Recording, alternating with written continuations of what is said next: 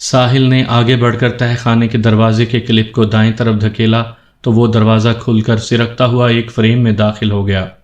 ساحل دروازے کے قریب ہی بیٹھا رہا اور اسامہ، امارہ اور عارفین سیڑھیوں کے زینے سے نیچے اتر گئے۔ نیچے وہی گھٹن اور بدبودار ماحول تھا، مگر ان کی مجبوری تھی۔ وہ خود پر قابو رکھتے ہوئے سارے ٹیبلز کے درازوں کی تلاشی لینے لگے۔ یہاں بہت گندگی اور غلاظت تھی۔ انہوں نے اپنے ناک پر رومال رکھے ہوئے تھے۔ یہ جگہ بالکل کسی پراسرار لیبارٹری کی جیسی تھی۔ لمبے لمبے ٹیبلز پر بڑے بڑے سٹینڈ تھے جن میں شیشے کے چھوٹے اور بڑے دونوں طرح کے جار پڑے تھے۔ ان جاروں میں چھوٹے چھوٹے اسٹفڈ تھے اور کئی جانوروں کے جسم کے نازک حصے لیکوڈ میں بھگو کر رکھے گئے تھے۔ سہ، الو اور سانپ کے جسم کے مختلف حصے کاٹ کر زمین پر ایسے ہی پھینکے ہوئے تھے جیسے وہ چھوڑ کر گئے تھے۔ وہ تینوں تہہ خانے کے مختلف حصوں میں بکھر گئے۔ عارفین ٹیبلز کی چیزیں چیک کر رہا تھا اور اسامہ تہہ خانے کی دوسری چیزوں کا جائزہ لے رہا تھا۔ امارہ کو ایک کتابوں کی الماری نظر آ رہی تھی اور وہ اس میں خاص کتاب ڈھونڈ رہی تھی جس سے انہیں کچھ مدد مل سکے۔ امارہ، جلدی کرو، ہمارے پاس زیادہ وقت نہیں ہے، اسامہ نے کہا۔ اسے کوئی خاص چیز نظر نہیں آ رہی تھی۔ پھر اچانک اس کی توجہ تہہ خانے کی ایک دیوار پر مرکوز ہو گئی۔ وہاں اسے کچھ چمکتا ہوا دکھائی دیا۔ وہ اس کے قریب گیا تو وہ کوئی لاک تھا جسے کسی خاص نمبر سے گھمایا جا سکتا تھا۔ اسے یقین ہو گیا کہ اسے گھمانے سے یہ دیوار کسی دروازے کی طرح کھل جاتی ہوگی۔ وہ مختلف نمبروں سے وہ لاک گھمانے لگا۔ امارہ کو اپنے مطلوبہ موضوع کے مطابق 4 کتابیں بھی مل گئیں۔ وہ یکے بعد دیگرے ان کتابوں کی فہرست پڑھنے لگی۔ اسے 3 کتابوں سے ایسا کچھ نہیں ملا جو ان کے کام آ سکے۔ ایک آخری کتاب، تسخیر حمزاد، اب اس کے ہاتھ میں تھی۔ اس نے اس کتاب کی فہرست پڑھی۔ کافی لمبی فہرست پڑھنے کے بعد ایک ٹاپک پر اس کی انگلی رک گئی اور وہ ٹاپک تھا حمزاد کو برباد کرنے کا عمل۔ اس نے صفحہ نمبر پڑھا اور وہ صفحہ ڈھونڈنے لگی۔ اسے جلد ہی وہ صفحہ مل گیا۔ پھر وہ پڑھنے لگی۔ اسامہ نے امارہ کو پکارا، جلدی کرو۔ امارہ، اور پھر اس نے عارفین سے پوچھا، تمہیں کچھ ملا؟ نہیں، مجھے تو کچھ نہیں ملا۔ تم اس دیوار کے ساتھ کیا کر رہے تھے؟ عارفین نے پوچھا۔ اسامہ نے تذبذب سی کیفیت میں سر کو ہلایا۔ مجھے اس دیوار میں ایک لاک نظر آیا ہے، مگر نمبر نامعلوم ہونے کی وجہ سے کافی کوشش کے باوجود وہ لاک نہیں کھلا۔ یقیناً اس دیوار کے پیچھے کوئی بڑا راز چھپا ہے۔ میں بھی کوشش کرتا ہوں۔ یہ کہہ کر عارفین اسامہ کے ساتھ اس دیوار کی طرف بڑھا تو ساتھ ہی ساحل اونچی آواز میں چلایا، جلدی تم سب باہر آ جاؤ، مجھے عجیب طرح کی آوازیں سنائی دے رہی ہیں۔ یہ سنتے ہی امارہ نے کتاب اپنے بیگ میں ڈالی اور سیڑھیوں کی طرف دوڑی۔ اسامہ اور عارفین بھی سیڑھیوں کے قریب آ گئے۔ وہ تینوں سیڑھی چڑھتے ہوئے تہہ خانے سے باہر آ گئے۔ ساحل نے تہہ خانے کا دروازہ پہلے کی طرح بند کر دیا۔ وہ چاروں اخروٹ کے درخت کے پیچھے چھپ گئے۔ یہ آواز بہت عجیب تھی، جیسے کوئی لڑکی سسک سسک کے رو رہی تھی۔ امارہ نے اسامہ کی طرف دیکھا اور ہمدردانہ لہجے میں بولی، لگتا ہے کوئی لڑکی بہت اذیت میں ہے۔ یہ زرغام کی کوئی چال ہو سکتی ہے، اسامہ نے کہا۔ آواز پہلے سے زیادہ اونچی ہو گئی۔ اس بار وہ درد سے چیخ رہی تھی۔ ہم بغیر سوچے سمجھے اس کے قریب نہیں جائیں گے، مگر دیکھنے میں کیا حرج ہے، ساحل نے کہا۔ ٹھیک ہے، پھر ہم سب ایک ساتھ ہی جائیں گے، اسامہ نے کہا، اور پھر وہ سب ایک ساتھ اس آواز کی سمت کی جانب بڑھنے لگے۔ وہ سب حال نما کمرے میں داخل ہوئے۔ آواز بائیں جانب کے کمرے یعنی بیڈ روم سے آ رہی تھی۔ وہ دھیرے دھیرے قدم رکھتے ہوئے بیڈ روم کے دروازے کے قریب آ گئے۔ اسامہ نے انہیں وہیں رکنے کا اشارہ کیا اور خود آگے بڑھ کر بیڈ روم کا دروازہ کھولا۔ سب کے دل دہل کر رہ گئے، آنکھیں پھٹی کی پھٹی رہ گئیں۔ وہ لڑکی کمرے کے ایک کونے میں لوہے کی زنجیروں میں جکڑی بے بسی کی حالت میں سسک رہی تھی۔ وہ وینا تھی۔ اس کی کلائیوں اور پیروں میں سے جہاں جہاں زنجیریں تھیں خون رس رہا تھا۔ ایک لمحے کے لیے تو عارفین کی حالت ایسی ہو گئی جیسے اس میں زندگی کی رمق نہ رہی ہو۔ وہ دیوانہ وار اس لڑکی کی طرف دوڑا تو ساحل اور امارہ نے اسے پکڑ لیا۔ کیا کر رہے ہو عارفین؟ تم نے دیکھا نہیں کہ کس طرح امارہ کی ماں کی موت کا ڈرامہ انہوں نے ہمارے سامنے پیش کیا؟ ہم نے طے کیا تھا کہ نہ ہم سوچے سمجھے بغیر آگے نہیں بڑھیں گے۔ اسامہ عارفین کو سمجھانے کی کوشش کر رہا تھا، مگر عارفین کی آنکھوں سے آنسو بہہ رہے تھے۔ اس نے اسامہ کی طرف دیکھا۔ ایسا منظر دیکھنے کے بعد سوچنے سمجھنے کی صلاحیت معدوم ہو جاتی ہے۔ آپ لوگ ادھر ہی رہیں، مگر پلیز مجھے جانے دیں۔ ساحل نے اس کے بازوؤں کو زور سے جھٹکا دیا۔ خود بھی مرو گے اور ہمیں بھی مرواؤ گے۔ وینا نے اپنی بھیگی آنکھوں سے عارفین کی طرف دیکھا اور پر امید انداز میں مسکرائی۔ عارفین، تم آ گئے ہو؟ دیکھو فواد نے میرا کیا حال کیا ہے، اگر تم اب بھی نہ آتے تو تمہیں میری لاش ملتی۔ عارفین جذبات کی رو میں بہتا ہوا اپنے دماغ کے احکامات سے غافل ہو گیا۔ اس نے امارہ اور ساحل سے خود کو چھڑایا اور بھاگ کر وینا کے پاس چلا گیا۔ عارفین، اسے چھونا مت، اسامہ چلایا، مگر وہ کسی کی کب سن رہا تھا، وہ تو اپنے دل کا غلام تھا۔ اس نے اس کا ہاتھ تھاما، اسے یوں لگا جیسے کسی نے برف پر ہاتھ رکھ دیا ہو۔ اس کی آنکھوں کے سامنے ایک ہی ساتھ میں وہ لڑکی حوریہ کا روپ دھار گئی، ساتھ ہی وہ زنجیریں بھی غائب ہو گئیں۔ حوریہ کا روپ ہوائی تھا، اس لیے عارفین کا ہاتھ خالی تھا۔ اسامہ، ساحل اور امارہ بھی عارفین کے قریب آ گئے تھے۔ حوریہ سفید چولا پہنے اپنے بھیانک روپ میں ان کے سامنے کھڑی تھی۔ اس کی سلیٹی مائل چہرے پر جیسے فخر سا آ گیا۔ اس نے استہزائیہ انداز میں ان چاروں کو دیکھا۔ تم کمزور جسموں والے، ہر بار زندگی اور موت کے اس کھیل میں مزہ آنے لگا ہے۔ جس محبت کے نام پر تم ہر دفعہ پھنس جاتے ہو نا، وہی تم انسانوں کی سب سے بڑی کمزوری ہے۔ اس جذبے کو دل سے نکال پھینکو تو تم میں کئی وجدانی قوتیں جاگ جائیں گی۔ اسامہ نے اونچی آواز میں کہا، ہم شیطان نہیں ہیں جو تمہاری زندگی کا قاعدہ الٹا پڑھیں۔ ہم تو اس طرح کے جذبے کے لیے جیتے ہیں اور اسی کے لیے مر جاتے ہیں۔ اچھا، ابھی تو اپنے ایک دوست کی موت کا نظارہ دیکھو۔ حوریہ نے یہ کہہ کر اپنے 1 انچ لمبے ناخنوں والے ہاتھ سے عارفین کی طرف اشارہ کیا۔ عارفین کو دھچکا سا لگا اور اس کے قدم زمین سے اوپر اٹھ گئے۔ حوریہ نے اپنے ہاتھ کو تھوڑا بلند کیا تو عارفین اوپر اڑتا ہوا چھت کے قریب پہنچ گیا۔ امارہ کی چیخیں نکل گئیں۔ حوریہ نے اپنے ہاتھ کی حرکت کو وہیں روک لیا اور عارفین ہوا میں معلق چیخنے لگا۔ اسامہ کی آنکھوں کی پتلیاں نیلی ہو گئیں، اس کے چہرے کے تاثرات بھی بدل گئے اور اس کی آواز بھی تبدیل ہو گئی۔ اس کے جسم میں چھپی ماورائی طاقت سامنے آ گئی۔ وہ گرجدار آواز میں چلایا، حوریہ، عارفین کو چھوڑ دو ورنہ میں تمہیں جلا کر راکھ کر دوں گا۔ حوریہ کے چہرے پر ایک بار پھر شیطانی مسکراہٹ بکھر گئی۔ او خیام، تو تم اس کے جسم میں چھپے ہو۔ تمہارا دوست تو اب نہیں بچ سکتا۔ اگر اس کو چھوڑتی ہوں تو بھی اس نے مرنا ہی ہے۔ اسامہ نے عارفین کی طرف دیکھا، جس کی زندگی واقعی موت کے دہانے پر تھی۔ اسامہ کے جسم سے ایک شعاع نکلی جو عارفین کی طرف بڑھی۔ اس کے بعد عارفین کا جسم آہستہ آہستہ نیچے اترنے لگا۔ حوریہ کو نظر آ رہا تھا کہ عارفین کو خیام ہی بچا رہا ہے جو اسامہ کے جسم میں اب موجود نہیں ہے۔ حوریہ نے فوراً اسامہ کی طرف ہاتھ سے دھکے کا اشارہ کیا تو اسامہ کا وجود اچھل کر دیوار سے بجا اور پھر حوریہ نے اسے زمین پر پٹخ دیا۔ اسامہ کے حلق سے کرب آمیز چیخیں نکلی۔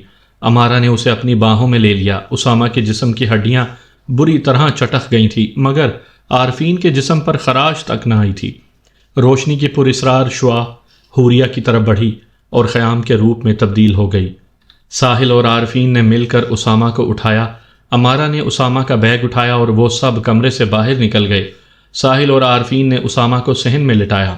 امارہ نے برقی صورت سے اپنے بیگ سے مٹی کے پیڑوں کی پوٹلی نکالی اور اکیلی ہی بھاگتی ہوئی ریسٹ ہاؤس سے باہر چلی گئی۔ اس نے بہت پھرتی سے پوٹلی کو آبشار کی طرف اچھال دیا۔ جو ہی پوٹلی پانی میں گری، امارہ نے سکھ کا لمبا سانس کھینچا اور پھر واپس دوڑتی اسامہ کے پاس آ گئی۔ اب ہم خطرے سے باہر ہیں، وہ پوٹلی پھینک آئی ہوں۔ اسامہ نے امارہ کا ہاتھ تھاما اور تھکے تھکے لہجے میں بولا، بس یہ ہمارے پاس آخری موقع ہے۔ امارہ نے مسکراتے ہوئے اسامہ کے بالوں کو سہلایا۔ فکر نہ کرو، مجھے وہ عمل مل گیا ہے جس سے حمزاد کو برباد کیا جا سکتا ہے۔ بس یہ پتہ چل جائے کہ ان 4 حمزاد کی قبریں کہاں ہیں۔ جو نیچے دیوار پہ لاک ہے، یعنی تہہ خانے میں، مجھے یقین ہے ان کی قبریں اس دیوار کے پیچھے ہوں گی۔ اسامہ بامشکل بولا، یہ بھی تو ہو سکتا ہے کہ قبریں ریسٹ ہاؤس سے باہر ہوں اور ہم یوں ہی لاک کھولنے کے چکر میں اپنا وقت برباد کر لیں۔ عارفین نے اپنی رائے دی، پہلے تہہ خانے میں ڈھونڈ لیتے ہیں پھر باہر دیکھیں گے، شاید یہ ہماری آخری کوشش ہو۔ اگر کامیاب ہو گئے تو ہم ذات ختم ہو جائیں گے اور اگر ہم ناکام ہو گئے تو ہم… امارہ نے افسردگی سے کہا۔ ساحل بھی بہت پریشان اور اداس تھا، اس کی آنکھوں میں نمی اتر آئی تھی۔ اس نے امارہ کی طرف دیکھا اور انتہائی شکستہ لہجے میں بولا، پتہ نہیں مرنے سے پہلے بھی اپنوں کی آواز سننا نصیب ہوگی یا نہیں۔ ہم جب سے یہاں آئے ہیں موبائل میں سگنل ہی نہیں ہے۔ وہ سم بھی ڈال کے دیکھی ہے جو یہاں چلتی ہے، پھر بھی سگنل نہیں ہے۔ ساحل نے جیسے سب کی دکھتی رگ پر ہاتھ رکھ دیا یہ ان سب کا مسئلہ تھا۔ تھوڑی دیر کے بعد وہ تہہ خانے کے دروازے کی طرف بڑھے۔ امارہ نے تہہ خانے کا دروازہ کھولا، پھر وہ ساحل سے مخاطب ہوئی، تم اور عارفین اسامہ کو لے کر نیچے اترو، میں بعد میں آتی ہوں۔ ساحل اور عارفین اسامہ کو لے کر آہستہ آہستہ سیڑھیاں اترنے لگے۔ وہ سیڑھیاں اتر گئے تو امارہ بھی نیچے اتر آئی۔ وہ سب اس پر اسرار دیوار کی طرف بڑھے جہاں لاک لگا ہوا تھا۔ انہوں نے اسامہ کو زمین پر بٹھا دیا۔ تہہ خانے کے دروازے کے پاس کسی کو رکنا چاہیے تھا، ساحل نے امارہ سے کہا۔ امارہ نے قدر اطمینان سے کہا، تھوڑی دیر تک ہمیں کوئی خطرہ نہیں ہے، کچھ دیر کے بعد عارفین کو بھیج دیں گے، ابھی لاک کھولنے کی کوشش کرتے ہیں۔ امارہ لاک کے چھلے کو گھما گھما کر مختلف نمبر ملا کے لاک کھولنے کی کوشش کرتی رہی، مگر اسے لاک نہیں کھلا۔ وہ ناکام ہو گئی تو عارفین اور ساحل کوشش کرنے لگے۔ اسامہ بے چینی سے بار بار تہہ خانے کے دروازے کی طرف دیکھ رہا تھا۔ پھر اسے خیام کا خیال آیا تو اس نے آنکھیں بند کر کے خیام کو یاد کیا اور اس کے ساتھ خیال خوانی کی، خیام ہماری مدد کرو۔ پھر اس نے آنکھیں کھول دیں۔ ساحل اور عارفین بھی نمبر گھما گھما کے لاک کھولنے کی کوشش کر رہے تھے۔ یار یہ ہمارے بس کا کام نہیں ہے، ہم اسی چکر میں لگے رہیں گے اور موت ہمیں ایک بار پھر اپنی لپیٹ میں لے لے گی۔ عارفین نے جیسے ہار مان لی۔ نہیں یار، تھوڑی دیر اور کوشش کر لیتے ہیں، ساحل نے کہا۔ اسی دوران لاک کے گرد روشنی کے چھوٹے چھوٹے سے ستارے ٹمٹمانے لگے۔ ساحل کے ہاتھ جہاں تھے وہیں رک گئے۔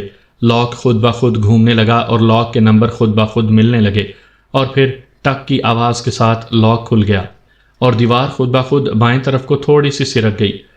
اتنا راستہ کھل گیا کہ ایک شخص بآسانی گزر سکتا تھا۔ وہی روشنی کے ٹمٹماتے ستارے اسامہ کو اپنے جسم پر چمکتے ہوئے محسوس ہوئے۔ پھر خیام کی آواز اس کی سماعت سے ٹکرائی، میں تمہارے جسم میں موجود نہیں ہوں مگر تمہارے آس پاس ہی رہوں گا، تمہارا 5واں ساتھی بن کر۔ امارہ کی خوشی سے بھرپور آواز اسامہ کی سماعت سے ٹکرائی، اسامہ ہمیں راستہ مل گیا ہے۔ ساحل اور عارفین اسامہ کی طرف بڑھے کہ اسے سہارا دے کر اٹھائیں۔ تم لوگ مجھے یہیں پڑا رہنے دو، میری وجہ سے اپنا وقت برباد مت کرو، اسامہ نے مایوسی سے اپنا سر جھکاتے ہوئے کہا۔ امارہ نے ساحل اور عارفین کو اسامہ سے پیچھے ہٹنے کا اشارہ کیا۔ تم دونوں اندر جاؤ، میں اسامہ کو لاتی ہوں۔ امارہ کا اظہار وفا جیسے اسامہ کی طاقت بن گیا۔ وہ امارہ کے ساتھ دھیرے دھیرے قدم رکھتا ہوا دیوار سے اندر داخل ہوا۔ اسامہ اور امارہ اس پر اسرار جگہ میں داخل ہوئے تو ان کے ہوش اڑ گئے۔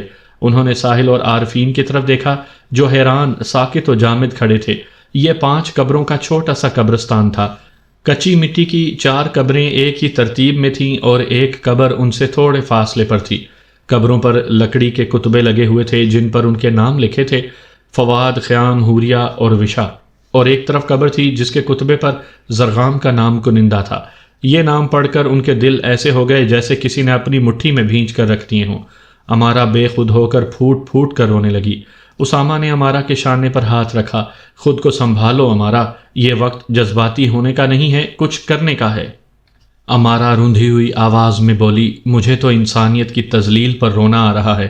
زرغام کو اتنا بھی رحم نہ آیا کہ ان کے والدین کو ان کی میتیں ہی دے دے، ان کی میتوں پر رو کر انہیں صبر آ جاتا۔ امارہ، تم قدرت کا انصاف نہیں دیکھ رہی، ان کی قبروں کے ساتھ زرغام کی قبر بھی ہے۔ اس نے لوگوں سے جینے کا حق چھینا تو رب نے اس سے جینے کا حق چھین لیا۔ اسامہ نے امارہ کو سمجھایا اور پھر دیوار سے ٹیک لگا کے بیٹھ گیا۔ اسے سخت تکلیف ہو رہی تھی۔ امارہ نے کتاب کا وہ خاص نسخہ نکالا جس میں وہ عمل تھا، پھر وہ اسامہ سے مخاطب ہوئی، تم نے بتایا تھا نا کہ زرغام نے فواد، حوریہ، وشا اور خیام کی میتوں پر خاص عمل کر کے ان کے ہمزاد تسخیر کیے تھے، تو اس کتاب کے مطابق شیطان ہمزاد کو برباد کرنے کا عمل بھی ان لوگوں کی میتوں پر کیا جاتا ہے۔ ہمیں ان 4 میتوں پر چراغ جلانے ہوں گے۔ 2 میتوں کے قریب کھڑے ہو کے اسامہ یہ عمل پڑھے گا اور 2 میتوں کے پاس کھڑی ہو کے میں عمل پڑھوں گی، اور ساحل اور عارفین ارد گرد کے ماحول پر نظر رکھیں گے۔ پھر امارہ نے اسامہ کو سارا عمل یاد کروایا۔ یہ کچھ قرآنی آیات تھیں جو بھٹکی ہوئی روحوں کو ان کے اصل مقام تک پہنچانے کے لیے تھیں، اور اس شیطان ہمزاد کے خاتمے کے لیے جسے عامل کالے جادو کے ذریعے تسخیر کرتے ہیں۔ بے شک کالے جادو کا توڑ قرآنی آیات سے ہی کیا جاتا ہے۔ اسامہ کی ٹانگوں میں تکلیف زیادہ تھی، اس لیے وہ ایک سٹک کی مدد سے کھڑا تھا۔ ساحل اور عارفین دور کھڑے تھے۔ تہہ خانے کا یہ حصہ کسی غار جیسا تھا۔ تہہ خانے کا دروازہ کھلا ہونے کی وجہ سے روشنی نے یہ حصہ بھی روشن کر دیا تھا، ورنہ یہاں ایسی کوئی جگہ نہیں تھی جس سے باہر کی روشنی اندر آ سکے۔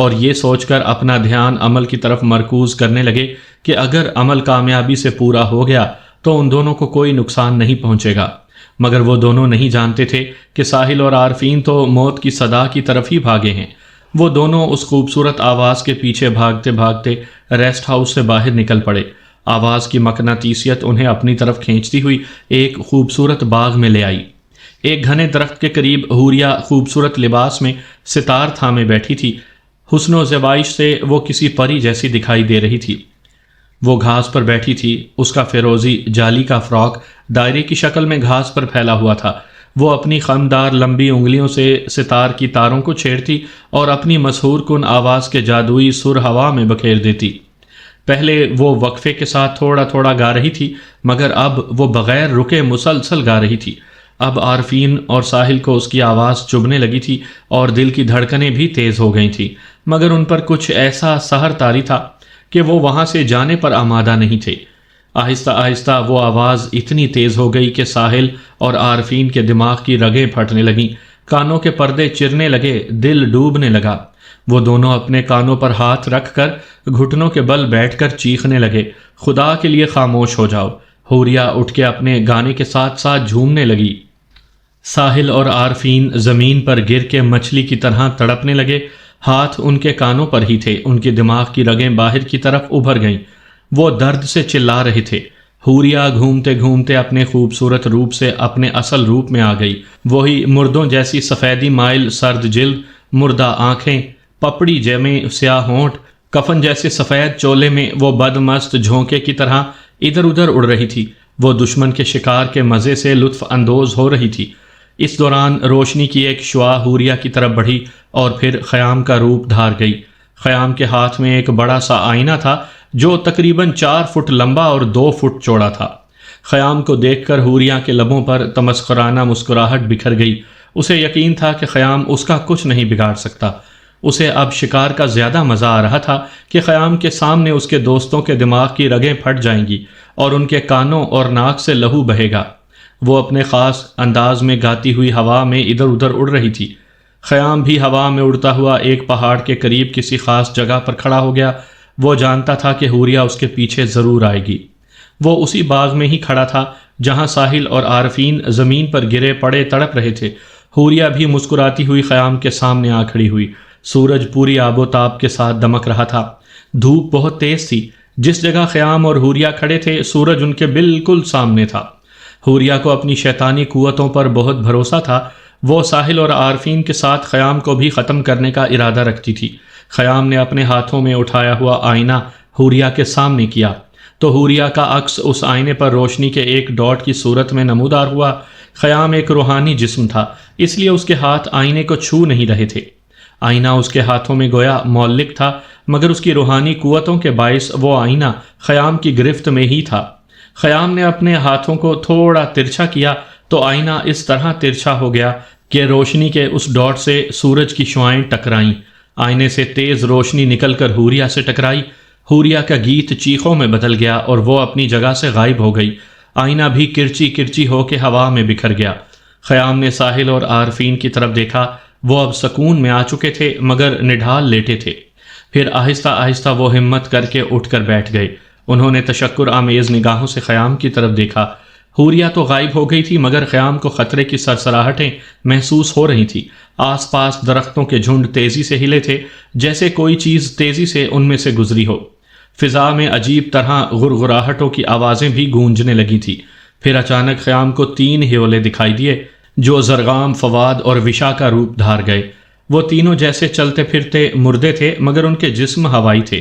تینوں انتہائی طیش میں تھے۔ غصہ اور انتقام الاؤ بن کر ان کی آنکھوں میں سلگ رہا تھا۔ زرغام نے دہکتی آنکھوں سے خیام کی طرف دیکھا۔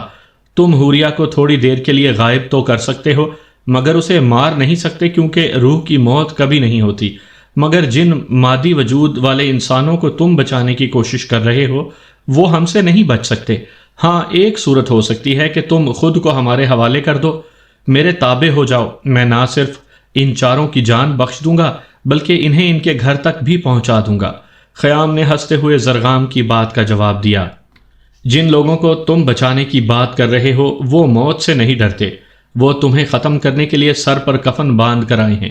تمہاری بات ٹھیک ہے، روح کو موت نہیں ہو سکتی، مگر شیطان ہمزاد کو تباہ کیا جا سکتا ہے، جو دنیا میں بھی انسان کو بہکاتا ہے، اور مرنے کے بعد اگر تمہارے جیسے خناس کے قابو میں آ جائے تو بھی تباہی کا باعث بنتا ہے۔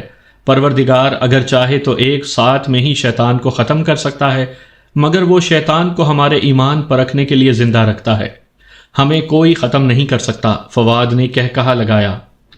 اسامہ اور امارہ قرآن پاک کی جو آیات پڑھ رہے تھے، تم سب اس سے برباد ہونے والے ہو، کیونکہ ان کا عمل پورا ہونے والا ہے اور اس عمل کے دوران تم انہیں ختم نہیں کر سکتے۔ خیام کی اس بات پر زرغام پھر ہنسا۔ ہم انہیں ختم نہیں کر سکتے، مگر انہیں ڈرا کر اس عمل سے روک سکتے ہیں۔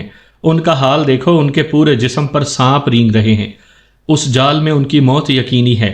دہشت کے مارے ان کا عمل ٹوٹ جائے گا، جو ہی ان کا عمل ٹوٹا یہ سانپ انہیں ڈس لیں گے۔ ساحل اور عارفین یہ سنتے ہی ریسٹ ہاؤس کی طرف بھاگے۔ وہ اپنے نڈھال جسم کو گھسیٹتے ہوئے لمبے لمبے قدم رکھ رہے تھے۔ وہ تہہ خانے میں داخل ہوئے تو ان کی چیخیں نکل گئیں۔ امارہ اور اسامہ کے جسموں پر سینکڑوں سانپ اس طرح رینگ رہے تھے کہ ان کے جسموں کے حصے دکھائی نہیں دے رہے تھے۔